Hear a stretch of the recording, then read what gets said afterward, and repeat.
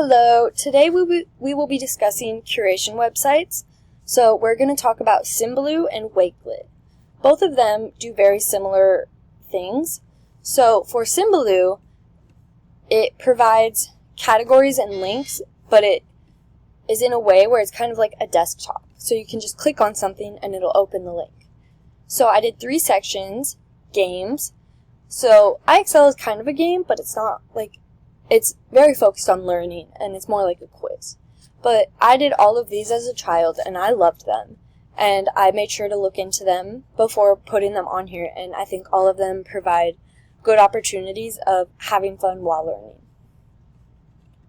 And they're all like reliable and safe. So for reading activities, some of these we discussed in class, and then others were ones that I either used as a child or I looked into and thought that they were good resources. So I think this will be good for when students go home and don't have access to books. They can go, if they have a computer at home, they can go onto that and find a book to read. So finally, the third category I did was class resources. So this will give them access to my classroom, their Google Drive, Class Dojo if I use it, Padlet to participate in discussions, or if I have a welcome page on there so that they can see information about me. And parents would also be able to use this to get information. And then Canva, just because I love Canva and I like to do presentations on it.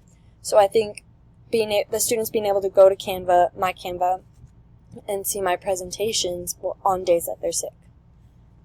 The ITSE standard that it falls under is 2.2 Leader, Model Digital Tool Use. Educators model for colleagues the identification, exploration, evaluation, curation, and adoption of new digital resources and tools for learning.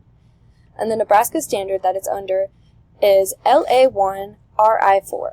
So this is going to be use text features, titles, headings, visual to predict or confirm the topic of a text. So they're going to look at the picture and understand, oh, so I'm doing cool math games. I'm going to do games that are related to math.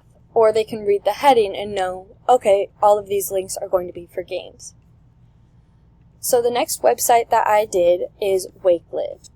And I really like Wakelet because it has, you can hide which category you want. So if you're not doing games, you can tell them, close that tab, we're not looking at any games. And you can say, go to the reading section and click on Kids Read for Kids.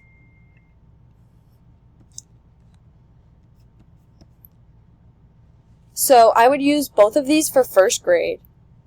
And I chose the resources for the same reason. I used them when I was a child, and I think they're all reliable and safe for students to use.